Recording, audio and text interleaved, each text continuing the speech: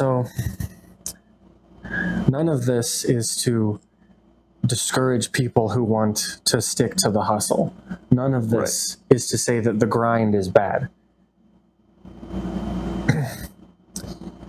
We just don't believe that the things that are the most precious in life do not need to be sacrificed in the pursuit of success, because ultimately they are part of your success, and they are part of who you are as a person. They are part of what drives you. So if you are at a point in your life where success to you looks like committing to the hustle for 3 to 5 years to better yourself 5 years from now, then do it. If what you need to do to be successful is to just have a family, do it. If what you need to be successful is to finally go for that promotion at work that you've been thinking about, but that little voice in the back of your head has been stopping you, go do it. If it's talking to that person that you've been interested in, that you think you might be able to be friends with, if it's asking out that cute girl that you've wanted to so many times, but for some reason something's stopping you, go do it. Whatever you perceive as that step that you need to take, we all know what it is. There's something that everyone is thinking about right now that is that next step. I would just encourage you to take it. You know how a lot of success coaches and speakers and stuff like that, they'll talk about the importance of getting excited. The thing is that being excited is so specific, right? There's just such a particular feeling that comes along with being excited, and it's deep, it's physiological. The thing is, the difference between the fear response and being excited is almost all overlap. Excitement and fear are generally the same parts of our brains react in a very similar fashion with both emotions, both excitement and fear. Mm-hmm. So for those who find themselves stuck with the fear of proceeding to do those things that they know they really want, how much work do you think it would be to turn the fear into excitement? Just throw a random number on there. If it's already 80% the same, what do you think it would take to convert the fear into excitement, and then we're motivated and we don't even feel that much different? So in my personal experience, which is the only one I can truly speak to, usually once we start to do the things we're scared to do, like say someone wants to go after a certain career, someone wants to try to start a certain business, someone wants to go after a promotion, we are scared to do those things. We have the fear of failure. We have the fear of, well, what are other people going to think? Are people going to think that I think I'm hot stuff and that like I'm a hot shot and I can do all this and I'm better than everyone else?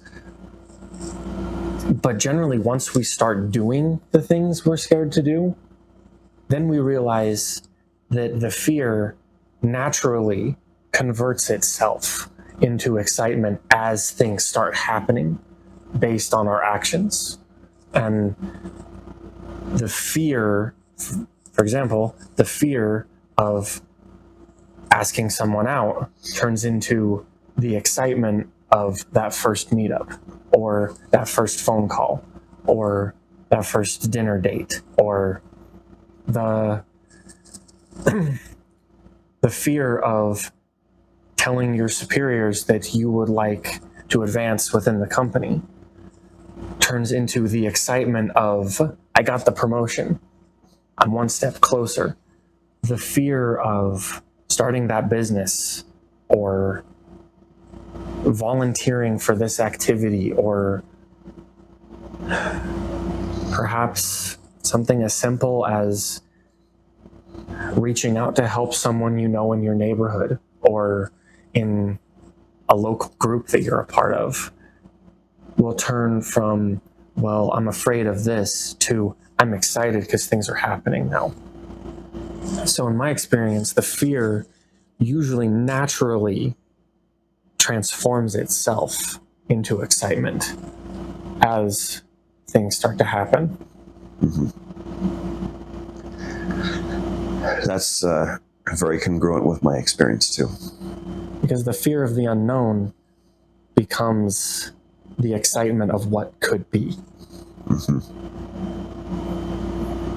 Because it's all about unrealized potentials.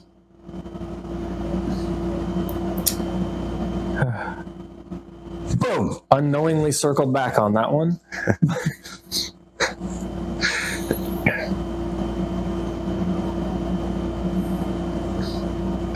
And another thing that another gentleman that I greatly respect said, another issue that people have is they compare themselves they compare their chapter 1 to someone who's on chapter 15 in their life.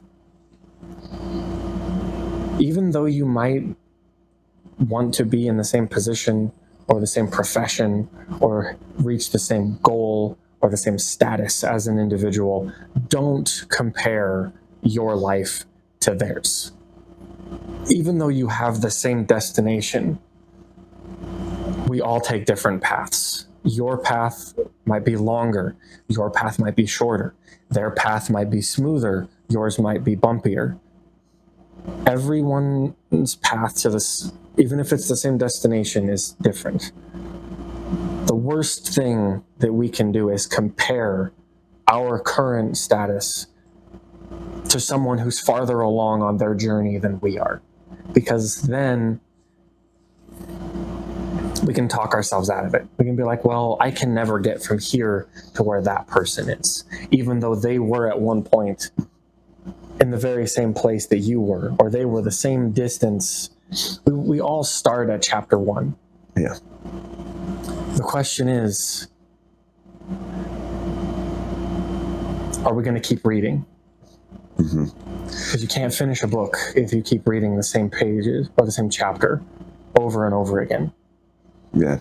And one thing that occurs to me is that kind of comparison, when you're comparing yourself with someone who's already much farther ahead,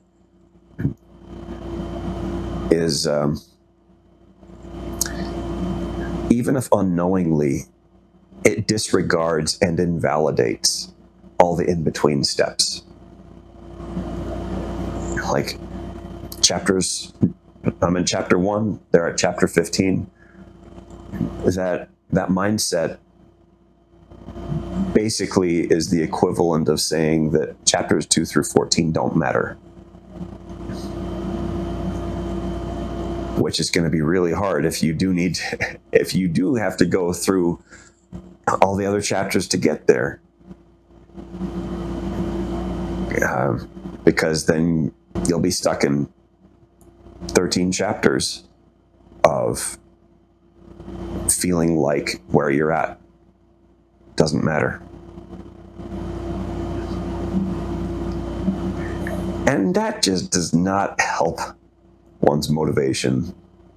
It does not help one's clarity of purpose. It does not help. Because, oh man, what really gets me is people who, well, not the people who do it, but rather the tendency to be counting down the hours or the minutes or the distance to a particular destination, when the things that make you successful are about managing your stride where you're at. Sure, you're headed to a particular place. That's already set. You've already You've already figured that part out. So manage your stride. Pay attention to where you are, how you are dealing with what's under your feet, and then keep doing that. And if that's your focus, if that's the habit, if that's something that you keep doing and keep doing well, then you will get everywhere you want to go and more. Because the journey always comes before the destination. So in the proverbial nutshell, find out what success means to you. Find who you want to be, where you want to be. Start taking the steps, however small they are. Start taking the steps in that direction. Start your journey. In whatever capacity that might be. Even small steps still cover ground eventually.